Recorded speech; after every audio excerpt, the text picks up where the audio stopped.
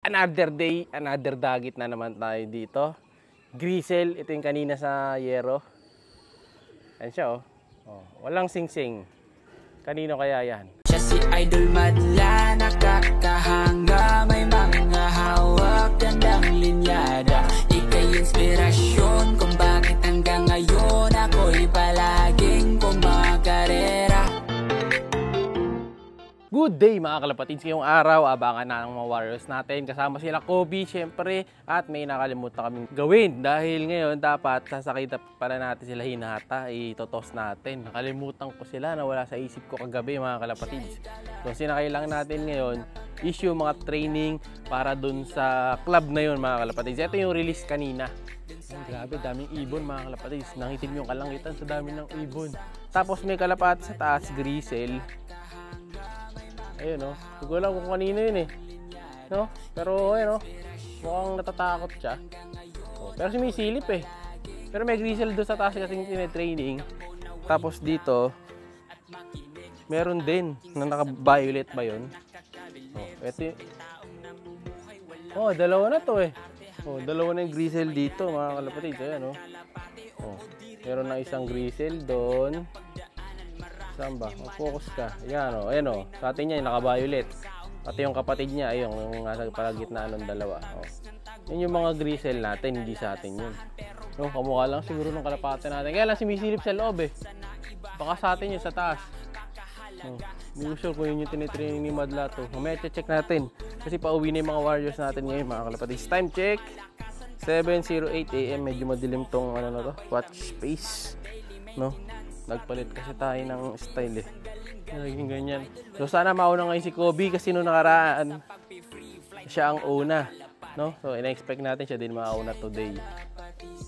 Pero sayang hindi namin nasakay si Grisel.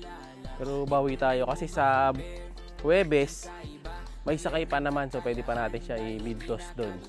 Kasi nga nakasali tayo sa pan race para mapagpag siya. Yan natin kasi ano na yun eh. Halos last 2 laps na lang. Number 23 tayo as of now sa total speed no pan race na sinalihan natin na yun.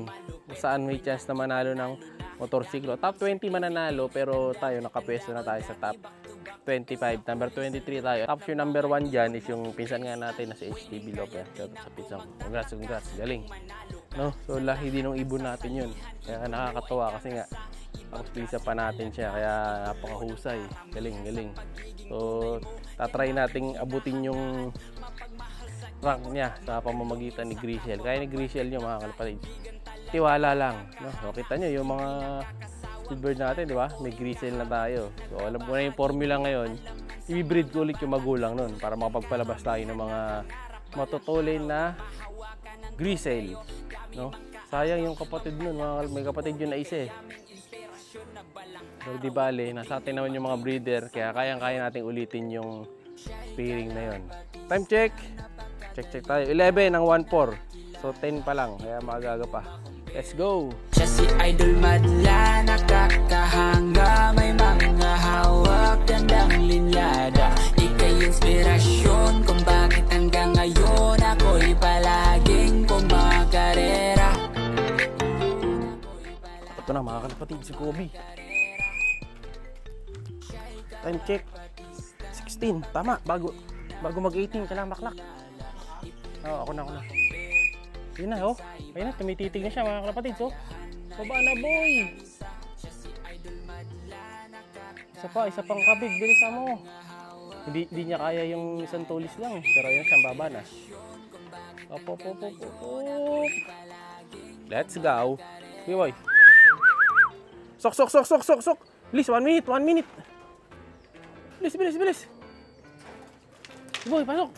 Mabilis lang to, 1 minute lang. 1:18 speed natin mga kalapatids.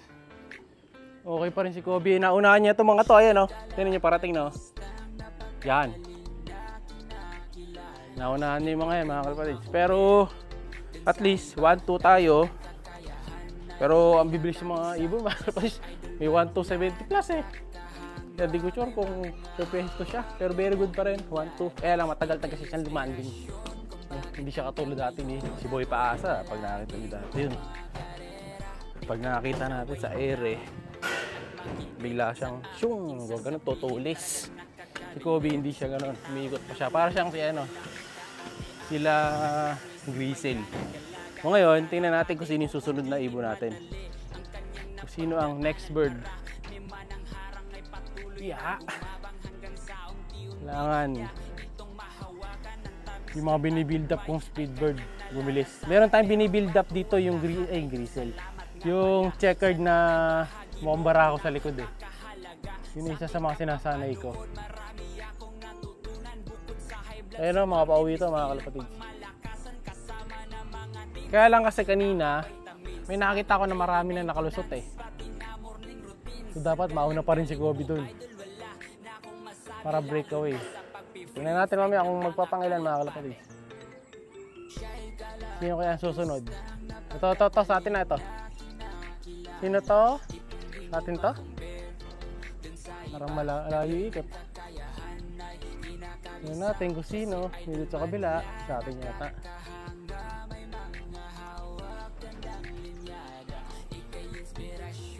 Ay, hindi. Doon. Ito pa, may isa pa dito. Doon naman. Tingnan natin. Yun, nagsasakay yun nandun mga kalapatids. Oh. Dito sa kabila yung isa. O, yun o. Dito yan mga kalapatids. Mga nagsasakay sa club. So, pag nandito ako sa taas, kita ko yung mga kalapati na nagsasakay sa club. Dito sa kabila yung isa. So, wala pa tayong kasunod mga kalapatids. 17 si Kobe. Anong oras na? 20 na. Kulang pa ang ibon natin. Hindi pala natin sinakay yung isa mga kalapatids. Binawas natin yung isa na mamagaling pa eh. Mamaya papakita ko sa inyo. Pero ito, may kumukurbang isa. Sa atin pa? Hindi rin. Wala pa sumunod kay Kobe. Puro bago kasi yung kasama niya dito. Kalapatids. Yung mga kasama ni Kobe dito, puro basal, walang luma. Pero di bale.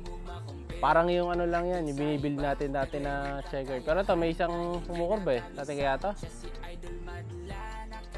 Parang yung pag-build lang natin kay Grisel yan. Siyempre sa una, mabagal. Sa atin na tatang isa. Yan yung Grisel lumilipad boy oh. Sa atin yata yung checkered eh. Sa atin itong checkered. Ayan o. Parang sa likod. Ito yung Grisel oh. Tagit. Sa taas to? Hindi mama. Ayan oh. Oy, potential Kobe to boy ah. Oh, di ba? Yan yung checkered na isa no.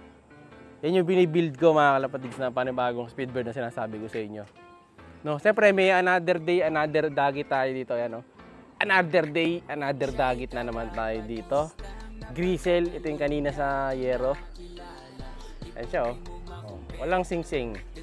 Kanino kaya yan? So, huwag ka magiging istorbo dyan.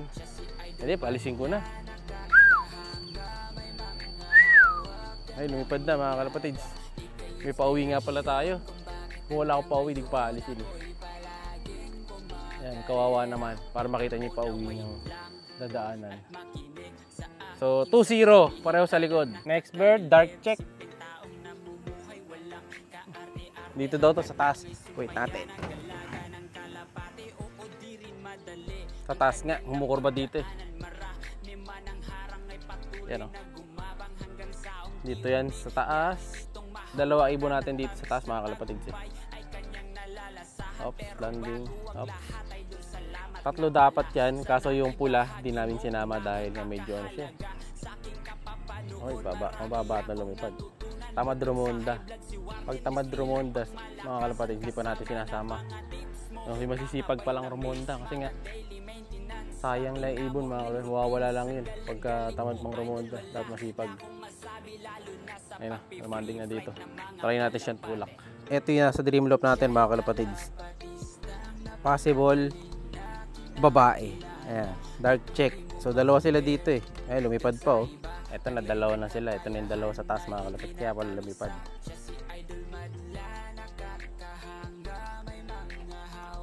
Gusto nila sabay. Sabay na daw silang papasok. Uy. Ayan na. Ayun si Kalawang mga kalapatids. Good job. Although hindi natin naabangan yung pagdating niya. Pero at least nakauwi siya. Ang galing mo boy.